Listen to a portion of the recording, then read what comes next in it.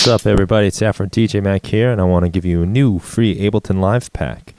This pack contains a drum rack and also an effect rack that works nicely for drums, and we're going to talk about some cool effects you can do on drums as well. So first, the drum rack. It's all made from my OP1 here. Right here, every sound was synthesized on here. I want to give a big shout out to Cuckoo, who put out an awesome tutorial on how to make drums on the OP1. And this really inspired me to do this. So first we got a kick, snare type sounds, another kick, a weird dwarpy sound, some toms, some hi-hats, clicky sound, something that sounded kind of metallic to me, and a bleep. What I want to say about a couple of these sounds, like some of the hi-hats, if we look at these guys here, I want you to notice that, for instance, you can hear if in your headphones, this is coming out on the left and the right. These are two different samples, and I've grouped up two different hi-hats right here. You can see these are two different samples. And what I've done is I've put one on C3 and one on C sharp 3. Normally, anything in a drum rack will fire C3. Now, right before that, I put a random MIDI effect plugin, set the chance at 50%, and gave it only one choice, which means it will only move up by 50% of the time, which gives us this kind of like variation on our hi-hats. Did it on the hi-hats as well as the clicks, and I think that's it. So, this way, if you're doing something like you're just repeating a note, you can hear there's some variation. So I think that's kind of cool. So let's now take a quick look at the effect rack. Now this is basically, it's mostly in a bunch of beat repeats. If we open it up, well, first we have a utility, because this is going to turn on our mute. We have some beat repeats, and also a reverser rack, which is made up with a Max for Live plugin called Buffer Shuffler. And I've just set it up to all backwards here. So let me show you what all this sounds like. I'm going to play our beat. I'm going to switch to user mode, where I have my different effects, so we can hear the quarter note, beat repeat, eighth note, 16th,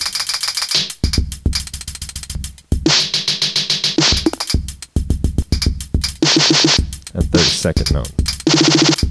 So you can fool around with these. Yeah, your timing's got to be good. And I messed up a couple times, but you get the idea.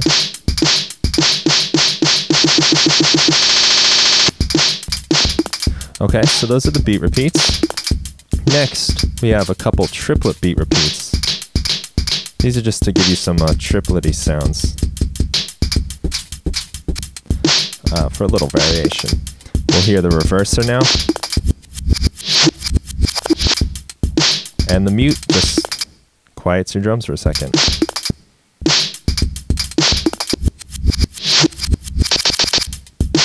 So those are the effect racks.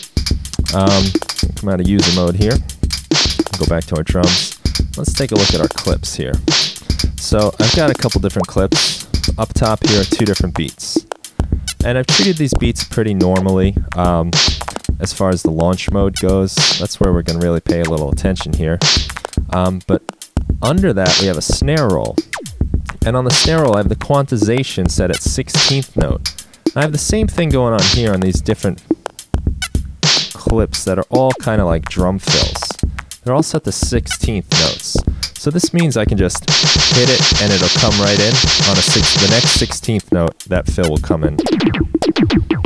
And then since our main clips here, our main beats are set to the global quantization, which is 1 bar, they'll come back right in on time. So basically it allows you to like throw in some drum fills and then come right back in on time. Another little thing I've done with these drum fills here which I want you to pay attention to, is I've set up legato mode. And now all of these have that. What legato mode means is that wherever I hit the note, it will resume in the place in the bar that my original clip is playing. So if you watch right here and follow the line, when I hit one of these fills, you're going to notice it doesn't start at 1, it picks up where the cursor is. So that cursor is always like moving at the same rate, which allows things to come in always on time. You'll notice on my fills here, I've got a kick drum keeping a 4 to the floor beat, so that gives you just kind of a steady beat there. So it'll always come in relative to that 4 to the floor beat, which will keep everything feeling nice and in time. One last thing I want to show you is with this little group here, I'm going to highlight all of these and I'm going to go into some follow actions. So I'm going to set these follow actions to change every 8th note. Okay, so that's what this means here. It tells you how often something will happen, and I've set it to 8th notes. I'm going to select any.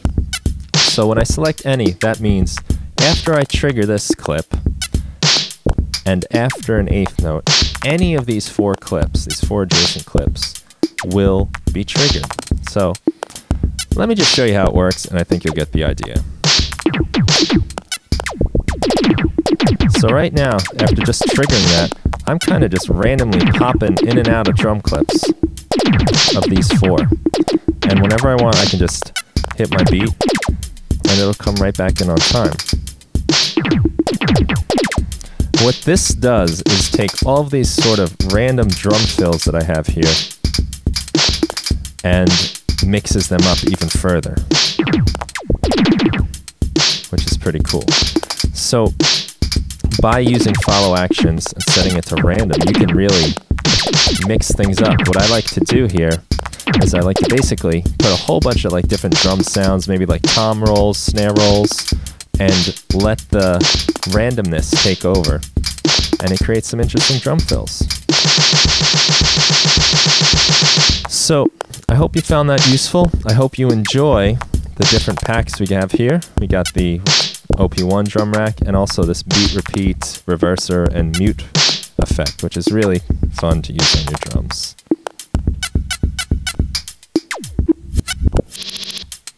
So thanks a lot for watching. Take care.